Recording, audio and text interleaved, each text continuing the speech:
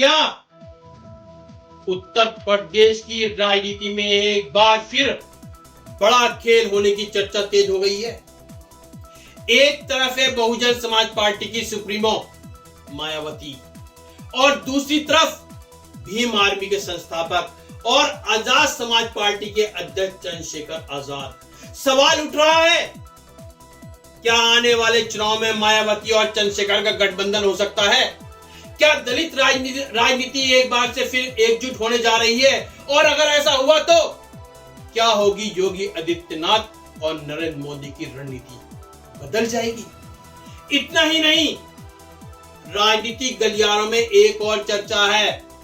कहा जा रहा है कि चंद्रशेखर एक लकी सीट से चुनाव लड़ने की तैयारी कर रहे हैं। एक ऐसी सीट जहां से जीतकर कई बड़े नेताओं ने सरकार में बड़ी भूमिका निभाई और एक संयोग यह भी रहा, जो भी इस सीट से जीता है संभवतः इस पार्टी की ही सरकार बनती है। क्या यह सिर्फ संयोग है या सच में कोई राजनीतिक टोटका? आज की इस वीडियो में हम जानेंगे मायावती और चंद्रशेखर के रिश्ते की पूरी कहानी। अस्सलाम वालेकुम, नमस्कार, सत श्री अकाल। मैं सैयद नवेद सब्जवारी, आपका अपना चैनल आजाद एक्सप्रेस न्यूज से आपका दोस्त, आपका साथी। दलित राजनीति का नया समीकरण, वह लकी सीट कौन सी है और क्या सच में चंद्रशेखर यूपी के सीएम बनने की तैयारी कर रहे हैं? तो वीडियो को आखिर तक जरूर देखिए, क्योंकि यह कहानी सिर्फ राजनीति की नहीं, एक उभरते हुए नेता के सपनों की भी है। दोस्तों, चंद्रशेखर आजाद का नाम आज उत्तर प्रदेश की राजनीति में तेजी से उभर रहा है। उनका जन्म उत्तर प्रदेश के सहारनपुर जिले के छुटमलपुर इलाके में हुआ था। उनके पिता एक शिक्षक थे और परिवार सामान्य जीवन जीता था, लेकिन बचपन से ही चंद्रशेखर में अन्याय के खिलाफ आवाज उठाने की हिम्मत थी। कॉलेज के दिनों में उन्होंने भीमराव अंबेडकर की विचारधारा को पढ़ा और वहीं से शुरू हुई एक आंदोलन की कहानी। 2015 में चंद्रशेखर आजाद ने अपने कुछ साथियों के साथ मिलकर भीम आर्मी की स्थापना की। इस संगठन का उद्देश्य था दलित समाज के बच्चों को शिक्षा देना, सामाजिक अन्याय के खिलाफ आवाज उठाना और अंबेडकर के विचारों को फैलाना। धीरे धीरे भीम आर्मी पश्चिमी यूपी में एक बड़ा सामाजिक आंदोलन बन गई। 2017 में सहारनपुर में ठाकुर और दलित समुदायों के बीच हिंसा हुई। उस समय चंद्रशेखर आजाद खुलकर सामने आए। उन्होंने दलित समाज के अधिकारों की बात की। इसके बाद सरकार ने उन पर कार्रवाई की। उन्हें एनएसए के तहत जेल भेज दिया गया, लेकिन जेल जाने के बाद चंद्रशेखर का नाम और बड़ा हो गया। वे दलित युवाओं के बीच एक नए नेता के रूप में उभरने लगे। 2019 में चंद्रशेखर ने आजाद समाज पार्टी की स्थापना की।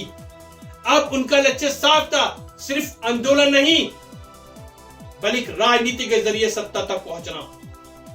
दोस्तों, दलित राजनीति की बात हो रही है और मायावती का नाम ना है, ऐसा हो ही नहीं सकता। मायावती कई बार उत्तर प्रदेश की मुख्यमंत्री रह चुकी हैं, लेकिन जब चंद्रशेखर उभर रहे थे तो कई लोगों ने सवाल उठाए, क्या चंद्रशेखर मायावती की राजनीति की चुनौती दे रहे हैं? कुछ समय तक दोनों के बीच दूरी भी दिखाई थी। अब सवाल यही है, क्या भविष्य में बीएसपी और आजाद समाज पार्टी का गठबंधन हो सकता है? राजनीतिक विश्लेषकों का कहना है, अगर दलित वोट एकजुट हो जाए तो यूपी में राजनीति में बड़ा बदलाव आ सकता है, क्योंकि दलित वोट लगभग 21% है और कई सीटों पर निर्णायक भूमिका निभाता है। और इसमें अन्य पिछड़ा वर्ग और मुस्लिम वोट जुड़ जाए तो समीकरण पूरी तरह बदल सकते हैं। अब बात करते हैं उस लकी सीट की।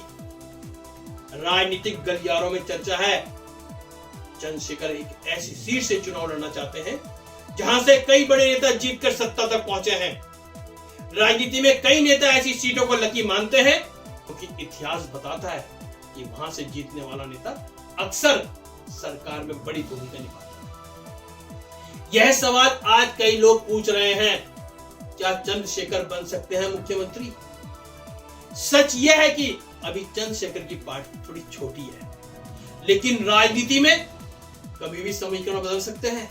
अगर मजबूत गठबंधन बन जाए, दलित और पिछड़ा वोट एकजुट हो जाए और युवा समर्थन मिल जाए, तो भविष्य में कुछ भी संभव है। अगर दलित